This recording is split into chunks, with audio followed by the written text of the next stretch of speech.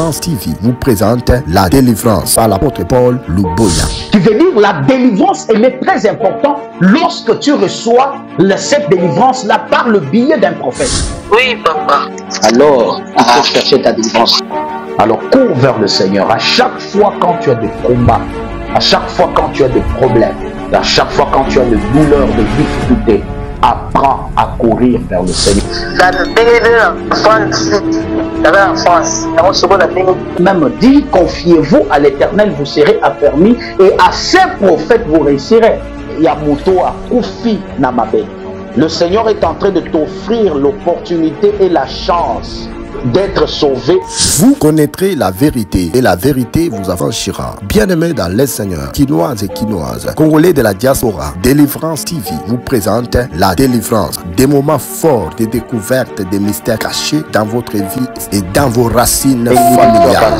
Les moments de destruction des hôtels, les moments de délivrance et de brisement des liens sataniques qui bloquent votre vie et votre destinée. Prenez rendez-vous avec l'apôtre Paul Luboya sur notre chaîne chaque jour, 7h juste et 20h juste heure de Kinshasa. Ne manquez pas ces moments de prière pour la vie na yo, pour la ndele na yo, pour la famille na yo. Ndeko mobali ndeko mwasi telema kotikala kidibate yaka tobuka bikeko tobuka ba hotel elongo na apôtre Paul Luboya. Un problème, un blocage, besoin d'une consultation prophétique? Prenez votre téléphone et appelez à ce numéro 24/24 plus 243 99 066 88 85 plus 243 99 066 88. Et le Seigneur 85. Est en train de me dire que la maladie qui est na bosala na ngango pe oyo tangu na ye kobala na kome na libala nanga na bale bayelinga pe ba cadeau na komi na ndako nanga papa les jours na balaka na koti na ndako makambo ebele presque ebebaki mobali nanga komai koyebisanga ke naza mwasi ya lipamboli te bo banda les jours là tokomaka ensemble ndako moko makambo ebele banda ekomarche lisusu te natamboli partout na baeglise ebele bandeko yango baolandanga bakoyeba po tokutana bango presque na baeglise ebele natikalaki kozwa esengo ya libala te. Ça fait 4 ans et demi na tikali komona esengo ya libala te nde baninga bamonaka nga na moni yango te. Nzambe ekosala nga grâce na travers papa na ngai apôtre na ngai. Nzambe asali nga grâce lelo ndenge bato bamona nga lelo nakomi na zemi me na souffri penza. Alors, aux oeils apôtre Néni na téléphone et mandaki ndeni bosala kinye asenga kioso babaji bani asenga koni pour ozoaze mon de mon vie. Papa naza liboso na yo liboso mosala Nzambe asenga ngata 50 francs ya okata na ote nalandaki ye na TV kande tozapaka na yo mona azo prêcher maloba moko bando loba wana etutaki nga viki banda ko bakaba lié ba condamnation ne na tikaki na baki na yokai tangu na yoki na ekozwa numéro o ba fichaki wana na ye obengai donc na bengie ayebisi ngai makambo papa ayebisaki ngai na téléphone kaya osolula abi ma chérie ozana ba problème très sérieux na libala no na yebisaki epete na bala na benga ki epete appel vidéo comme on a na alliance na liboko te ayesa ko za ba problème très sérieux ningo za bongo ozana posa ya mwana na bi papa nana yebisi yo abi mutute bona mona nga apôtre te na yebi epete na vie na ngai. C'est la première fois na mona eka les jours on a mandé ko na mona ki na TV wana ndé papa yaki ko ayaki na yaki ko benga ye avant ça la ngobongo asenga ki na mbongo te pesa mbongo parce que toyo kaka mbongo pesa autant na rappeler les loba mama so asenga ki mbongo lobi asenga ki autant. Oui papa na tambo na l'église mosusu na bimisa ba pièce ba super mais papa oyo asenga kinge loko te so asenga nge loko na loba merci ndelo na linga toyo kana asenga nge loko te papa na nga asenga nga Très heureux, mesdames et messieurs, fidèles internautes, soyez les bienvenus dans cette émission qui est donc Ta Grandeur, une émission surtout qui vous apporte la bonne humeur, l'atmosphère, la connaissance, surtout sur des réalités spirituelles, des choses. Abonne-toi et active la cloche de notification. Tous qui moi absent avec le l'apôtre Paul, bien sûr, après bah, séjour en Côte d'Ivoire, parce que photo solo la boebi, bah, émission sous ce sengaka ngaranzala, parce que par rapport il y a dimension, pe na niveau, tozali kolobela arme, sous tozolobela arme, Dion, sengaka toujours présence à prophète Charles Taylor, parce que ils ont très capital. En tout cas, nous avons la pambola bino na pesi merci na ba sponsor na biso nyonso balinga na biso. L'homme de Dieu Jérusalem, apôtre, bonjour. Bonjour monsieur le juge. Comment vous allez? Oui, ça va très bien, le Seigneur nous traite. Mon invité, vous le Bélé, justification. Oui, Nicolas Bélé, on était en mission à Côte d'Ivoire, toujours dans l'objectif normalement de présenter encore l'œuvre de Dieu. On était parti là-bas sous l'orientation divine de Dieu. On est parti, on a passé un temps presque de 2 à 3 semaines dans la prière, et puis on a terminé la mission que le Seigneur nous avait donnée. Voilà pourquoi nous sommes encore rentrés à partir de Kinshasa. Merci beaucoup. Oui,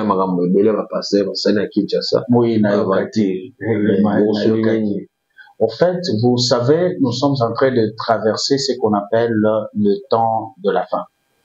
Dans ce temps de la fin, messieurs les juges, le diable travaille dans 2 dimensions. La première dimension est celui de détruire la foi de plusieurs personnes à travers des scandales.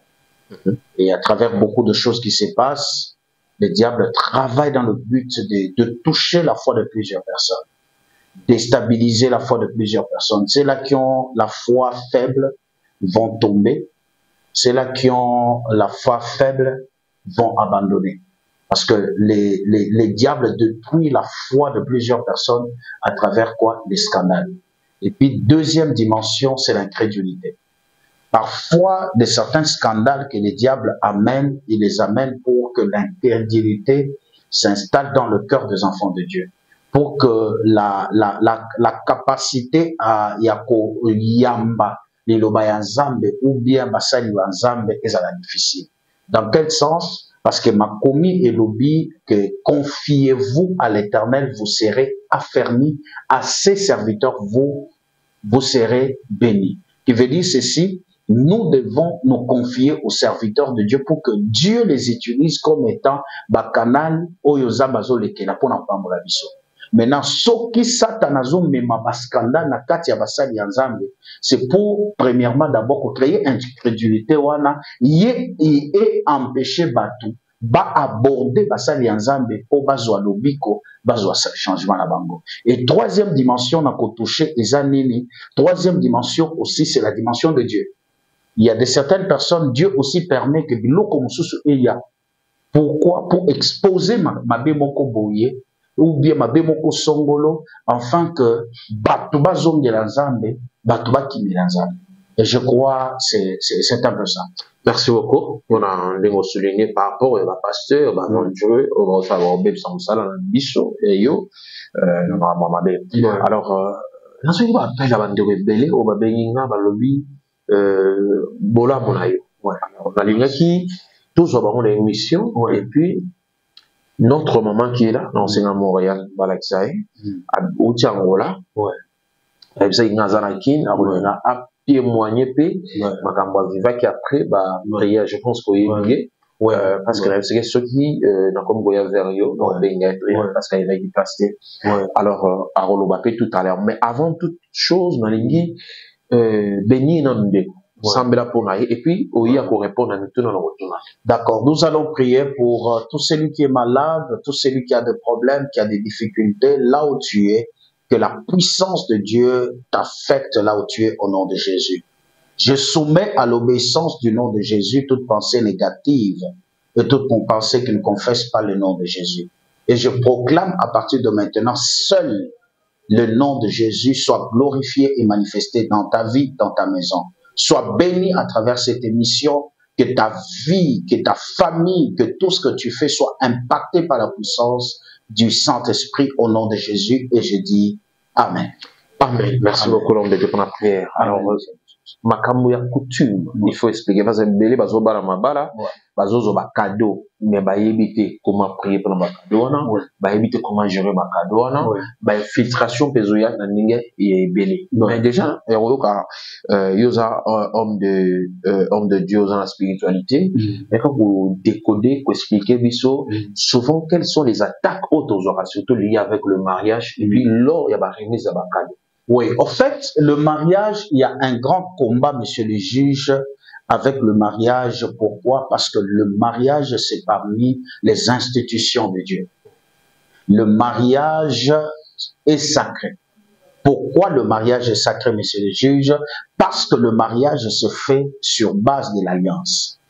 Comme le mariage s'est fait sur base de l'alliance, voilà pourquoi le diable combat sérieusement, parce qu'il sait que c'est quelque chose de très important et c'est quelque chose de sacré. Et vous allez constater ceci. Le mariage est combattu par la puissance de la sorcellerie. Le mariage est combattu par la puissance de mari et de femme de nuit. Le mariage est combattu par beaucoup de choses qui vient pour empêcher que l'homme qui doit se marier, ou soit l'homme qui vit déjà dans le mariage, à vivre esengo yalibala na yete. Comme par exemple, lorsque dans une famille, sorcellerie eza, monsieur le juge, sorcellerie wana ezo travailler sur base surtout de l'infiltration lors ya ba fête. Souvent, soit ba fête ya dot, soit fête ya mariage religieuse, ezana baton wana des sorcelleries ezo sala na niveau moko makasi koleka, dans le but de quoi? De déstabiliser bato oyo babali. Je peux donner un exemple. C'est comme par exemple une femme que j'ai reçue le jour de son mariage, on lui a offert un cadeau. Le cadeau qu'on lui avait offert, c'était un miroir. Or, ce miroir-là, miroir wana ezalaki lokola caméra. Oyo, tout ce qui s'est passé dans la maison, c'est-à-dire, monsieur le juge, babanda komona yango de l'autre côté, bazo contrôler yango. C'est comme par exemple, je peux prendre même le cas de la sœur avec qui nous sommes en train de parler. Qu'est-ce qui se passe avec la sœur? Le jour de son mariage, lorsqu'elle a fait son mariage, à côté na kati ya libala na ye, ba pesaki ye cadeau ya balai. Combo, c'est ça. Combo. Mais maintenant, tango à côté na kati ya libala, chaque jour à combo la kanda kuna ye, zoka zo combo la ma bénédiction na ye, azo combo la bana na ye, azo boaka bango. Il a fallu par la prophétie que Nzambe a détecté biso, sous a détecté et puis a yebisa biso, source et stérilité, parce qu'à me retrouver la kati ya libala na ye pendant une affaire de 4 ans. Azozwa des émités. 4 ans mobimba azozwa zemite. Mais maintenant, il a fallu à Sambeni, à Saliboye, et non qu'aux salemate. Il a fallu que, par la grâce de Dieu, a contacté Biso Kandenge Tozo Lexaba émission, à Yoki, et après, to sa lié, selon ce que Nzamba Yebisaki Biso, après, à Zuyango, à Keina Mabondeli, et puis Yemoko Amoni, et les lots Nzamba Fongoli à Sali Miracle. Que la sœur a Bengi Biso, to sa lié, to expliquer, Oyo et salaki que et lokowana et mona na kati ya bomwena. Stérilité est mis installée mwana banda koya de susté pendant 4 ans. Et puis aswana na tata na mwasi na ye. Et tata mwasi na ye kosona wana tata mwasi na ye azwaka elamba na ye ka leson na ye amemaka leson na ye elamba na ye epa ya nganga. Nyonso wana ezaki biloko ye ayebite. Omoni akangi pena libota na ye. Nyonso wana ye ayebaki te. Il a fallu que Nzambe alobela yango poto yebisa ye et puis to salela ye mosala spirituel selon ba orientation aux Nzambe pesaki biso et tango azwaki yango atie yango en pratique lelo résultat eza, c'est-à-dire nazoka mwatango nakutani na ye a rappeler nga apôtre osambela kinga tala oyo nzamba sali, c'est-à-dire il faut na témoigner le boko ya nzambe na yebisi est-ce que vous avez le courage à témoigner? Oui apôtre, il faut na témoigner le boko ya nzambe par sa propre volonté sans qu'on déranger ye moko alobi a témoigner lelo nazomona zemi zawana zemi ya 5 mois. Pourquoi? Parce que a yokati orientation en Zambé et puis à comprendre que libala izana bitumba makasi. Pourquoi? Parce que ceux qui ont échoué na kati ya libala na yo ont échoué vie na yo na se ya moi, et ceux qui ont échoué na kati ya libala na yo, je ne sais pas même lola ikozala difficile au mona yango. Merci beaucoup. TV ezali radio te, donc on répondre en continuité, mais toujours maman, au PC là juste le micro na yo. Je vais poser des questions parce qu'il y a fait parmi bateau bandenga kinga depuis Angola. Maman a un micro, s'il te plaît. Au là tiango kara micro na yo. Voilà. Bazo tala yo na monde entier, besa pesa bandeko no mbote na nous pe komono na. Comme la Sarah, na pesi bandeko na nyonso ya Angola mbote. Merci beaucoup, Maman Sarah. Alors, Maman Sarah, ça fait combien de temps aussi au Bali? Ça fait déjà 4 ans, on a agi dans 5 ans. Très bien. Et dans 4 ans, on a ni Yamabe au Monaki. Et pourquoi au Botakité? Dans 4 ans, on a l'Okozaki, pas si mini pour Nanga, na bandai kozwa mwana te. Nazalaki humilié, na ba camarades ya mobali, na famille ya mobali nanga. Na belle famille nanga vraiment nazaki humilié, entourage nazaki penza humilié. Leloko bandai ko pesa ngai pasi na libala nanga pona bandai ko zwa mwana te papa. Na itsuana na tante nangai ça fait déjà 10 ans na bosala nanga ngope. Oyo tangu na ye kobala na komi na libala nanga na bale baelinga pe ba cadeau na komi na ndako nanga papa les jours na balaka na koti na ndako makambo ebele presque ebebaki mobali nanga komi ko yisanga ke naza mwasi ya lipamboli te po banda les jours là to komaka ensemble ndako moko makambo ebele banda ko marcher lisusu te na tamboli partout na l'église ebele bandeko nango baolanda nga bakoyi bapoto kutana bango presque na l'église ebele na tikalaki kozwa esengo ya libala te. Ça fait 4 ans et demi na tikali komona esengo ya libala te nde baninga bamona kanga na moni yango te. Nzambe kosala nga grâce na travers papa na ngai apôtre na ngai nzambe asali nga grâce lelo ndenge bato bamona nga lelo nakomi na zemi mais na souffrir penza. Alors ozoyi apôtre neni na téléphone emandaki neni bosalaki neni asengaki osomba baji bani asengaki oni ozwa zemo ndenge zemo. Papa naza liboso na yo liboso mosala nzambe asenganga ata 50 francs ya okata na ote nalandaki ye na TV kande tozapaka na yo mona azo prêcher maloba moko bando loba wana etutaki nga viki ye bandai kolobaka balie ba condamnation ne na tikaki na baki na yokai tangu na yoki ye na ye kozwa limero o bafishaki wana na ye obenga ye tangu na bengi ayebisi ngai makambo papa ayebisaki ngai na telefone kaya osolola abi ma chérie oza na ba problème très sérieux na libala no na yebisaki epete na bala na benga ki epete appel vidéo pa mona nga na alliance na liboko te ayisanga oza ba problème très sérieux ningo oza bongo oza na posa ya mwana na bi papa nana yebisi yo abi mutu te mpona mona na nga apôtre te na yebi epete na vie na ngai. C'est la première fois na mona eka les jours on a mandé ko na mona ki na TV wana nde papa yaki ko ayaki na yaki ko benga ye avant ça la ngobongo asenga ki na mbongo te pesa mbongo parce que toyo kama mbongo pesa autant là va rappeler les loba mama so asenga ki mbongo lobi ka asenga ki autant. Oui papa na tambo na l'église mususu na bimisa ba pièce ba super. Mais papa oyo asenga kinge loko te so asenga nge loko na loba. Merci ndelo na linga toyo kana mulo.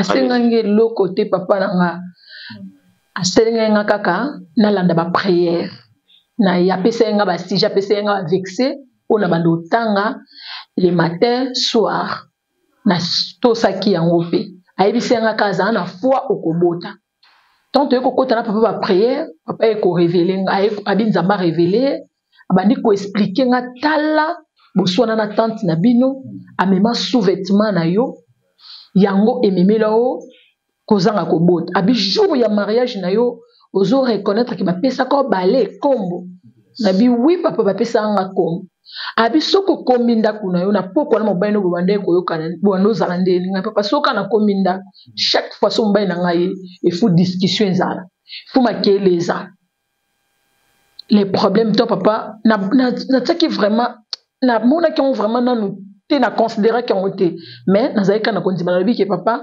nzambe no sala tangu na bandi ko na ba prière ndi papa ebisenga na ba prière à papa bande ko na papa oya banga nzambe ya solo asali la ka vraiment nzambe ya solo nandima ite ngai vraiment un jour na ko koma na zemi bwende c'est déjà combien de mois papa zemi na ngeza 5 mois zemo esale sengo na famille na belle famille na komi bandaki ba prière depuis kala oui to bande ba prière na papa depuis vraiment kala tine na zo zemi boy papa azaki na voyage papa azaki na voyage na sima na yende na tikalo kama date papa ebisaki ngake ozaze mes âmes exact date on a utilisé OK yango na papa ndenge na bandai ko na ba prière tinga moko na ko kota ba prière na butu na lali na ko mona papa ton na lali na mona papa ayibisinga ma fille réveille-toi ton na lamuki to lali zolo ta porte non ta porte ayibisinga na lamuka ayibisinga bi lamuka o ezata yo lala ta de banda prière tango na bandi prière na moni tante na bisa fongoli chambre nanga na makasi ya koti na chambre alobi nani ayeko silisa bitumba o nani ayeko zwa kobotola nge loko nazalaki nango na maboko na kangaki apesa yo yango nayebisi eza nzambe asali à travers apôtre ntango na oloba bo papa wana makambo nyonso esamelanga na se ya pongi nayeko sutuka to na sutuki na bide na koolota apôtre na baapôtre ayebisa biso bolotinga ezanga te eza nzambe nazwi mama ko bible na bandi mama ko prier na bandi ko prier to na sisi prière na lali na bandi komona makambo to apôtre ayebisaki nga les jours to suna na tante na biso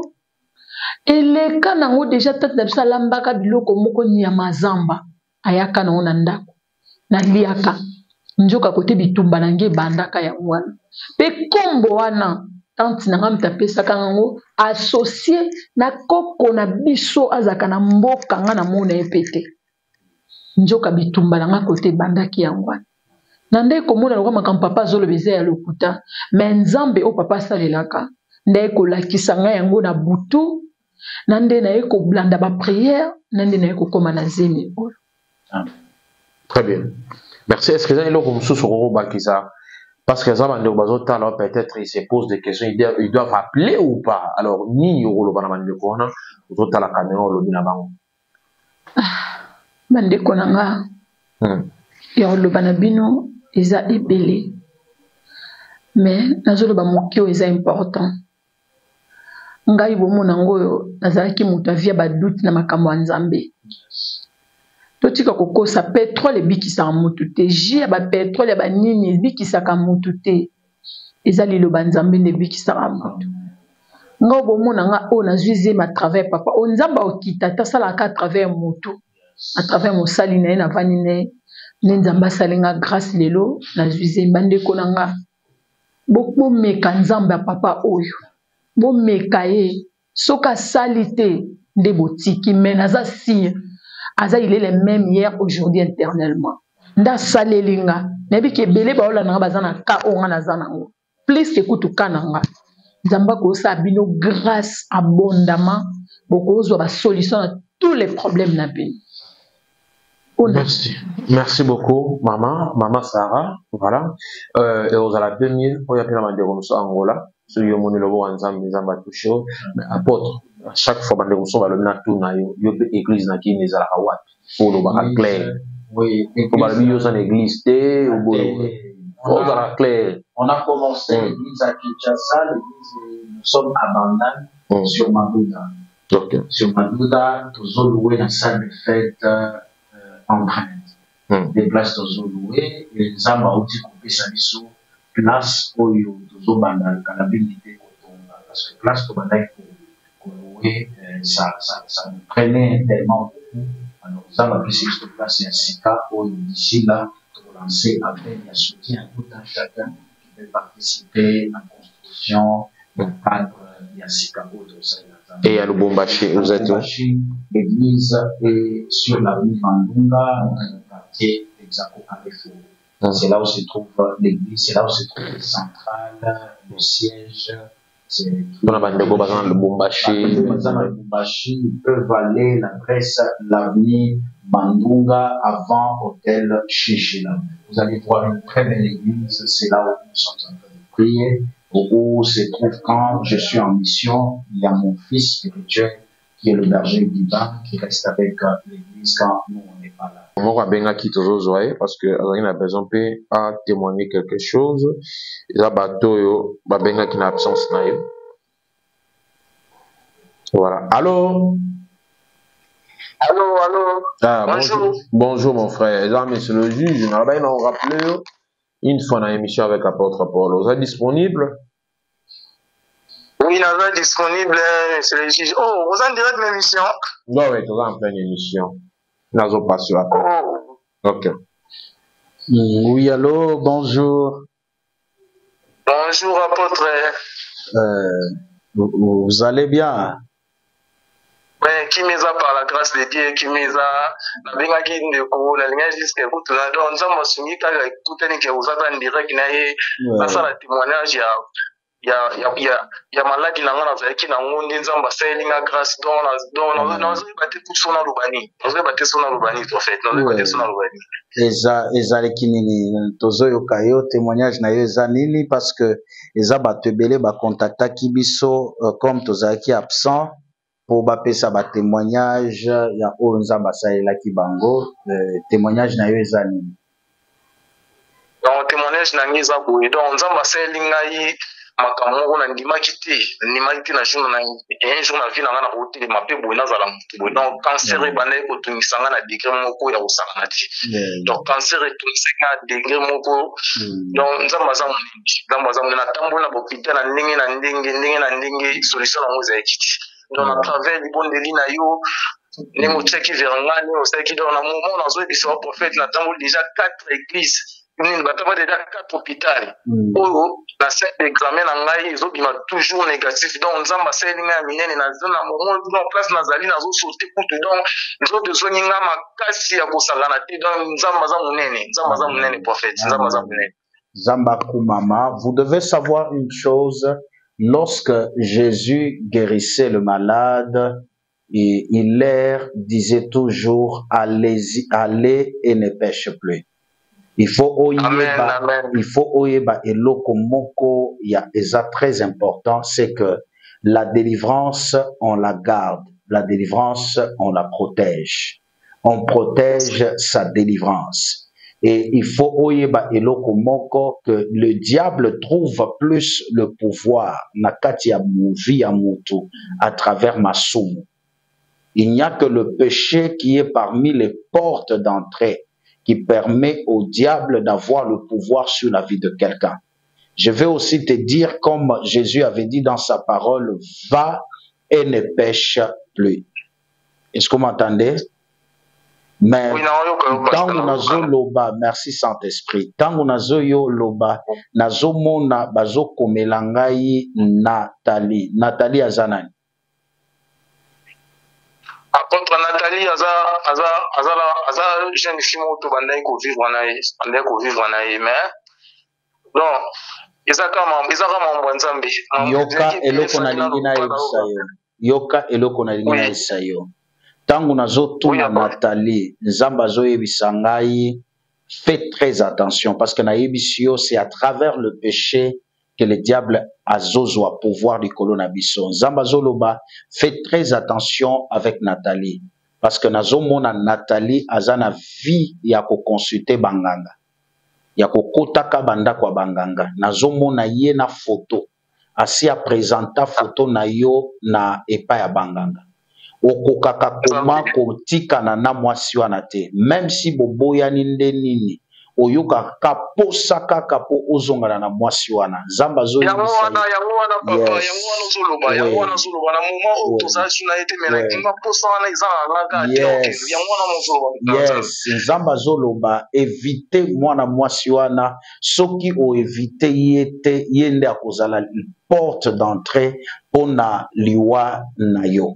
Parce que nazomona vie ya mwana mwasi wana eza vie ya malamu te.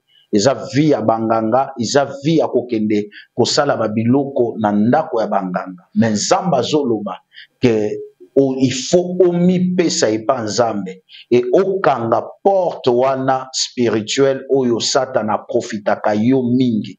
La plupart de combats oyo vina yo connaîtraka à travers masumu ya sexe. Ozolanda, ouais, Nzamba zo senga omi pesa discipline makasi et puis Nzamba ko aider yo parce que nazomona Nzambe ko aider yo na niveau ya musala et puis nazomona Nzambe ko pesa yo finance et puis nazomona yo ko bala na komi stabiliser.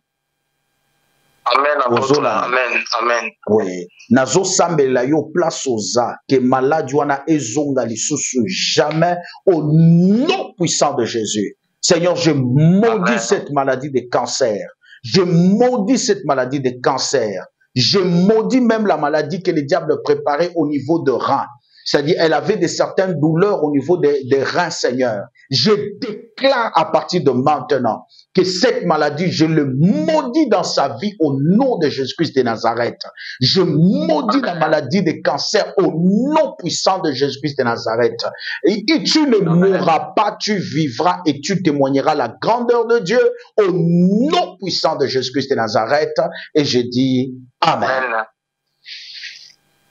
Zamba Pambolao. Merci. Merci beaucoup, mon frère. À la prochaine. Hein. Merci. Voilà. L'homme de Dieu, on touche déjà petit à petit vers la fin de cette émission. Maintenant, on est avant par rapport il y a loi coutume, il y a condamnation. On a ressenti que Bazali poursuivi dans coutume. Rapidement, vous avez. Au fait, ce que je peux dire, vous devez savoir, quand on parle de loi, nous voyons de malédiction. Voyons les limites. De malédiction, nous voyons les limites. Si tu constates les limites, le loi, le limite dans ta vie, tu dois chercher la délivrance. J'ai un ministère de délivrance. Dieu m'utilise beaucoup dans la délivrance. La seule chose que je suis en train de dire,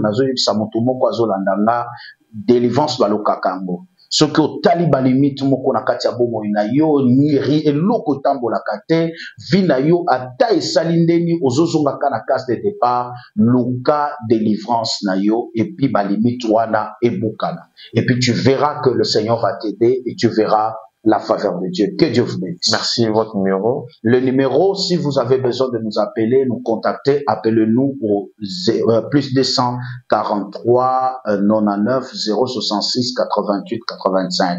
Plus 243 99 066 88 85. Ce que bengi biso ozwa temps ya kosoa na biso kozwa programme ya prière et Nzambe ya biso Nzambe alliance na biso akopambola yo. Merci beaucoup. Merci apôtre. Mesdames et messieurs, nous sommes pratiquement à la fin de cette émission. On se retrouve comme ça demain avec l'apôtre Paul, toujours dans le cadre on partager témoignages et basé belé au babengaki. Il m'a fait bande côté ni basé belé au babengaki par rapport à témoignages. Torokuta na lobby pour nos témoignages. Nous sommes dans la batte la bino et qui bon professeur Taylor autrement monsieur le juge. Baba et merci à Jean Pilasson. Délivrance TV vous présente la délivrance par l'apôtre Paul Luboya. Tu veux dire la délivrance, elle est très importante lorsque tu reçois cette délivrance-là par le biais d'un prophète. Oui, papa. Alors, il faut chercher ta délivrance. Alors, cours vers le Seigneur. À chaque fois quand tu as des combats, à chaque fois quand tu as des problèmes, À chaque fois quand tu as des douleurs, des difficultés, apprends à courir vers le Seigneur. Même dit, confiez-vous à l'Éternel, vous serez affermis, et à ces prophètes vous réussirez. Yamuto a Koufi Namabe. Le Seigneur est en train de t'offrir l'opportunité et la chance d'être sauvé. Vous connaîtrez la vérité et la vérité vous affranchira. Bien-aimés dans les Seigneurs, Quinoises et Quinoises, Congolais de la diaspora, Délivrance TV vous présente la délivrance. Des moments forts de découverte des mystères cachés dans votre vie et dans vos racines familiales. Les moments de destruction des hôtels, les moments de délivrance et de brisement des liens sataniques qui bloquent votre vie et votre destinée. Prenez rendez-vous avec l'apôtre Paul Boya sur notre chaîne chaque jour, 7h juste et 20h juste heure de Kinshasa. Ne manquez pas ces moments de prière pour la vie na yo, pour la ndele na yo, pour la famille na yo. Ndeko mobali ndeko mwasi telema kotikala kidibate yaka tobuka bikeko tobuka ba hotel elongo na apôtre Paul Boya. Un problème, un blocage, besoin d'une consultation prophétique? Prenez votre téléphone et appelez à ce numéro 24/24 plus 243 99 066 88 85 plus 243 99 066 88 85. Et le Seigneur est en train de me dire que la maladie qui est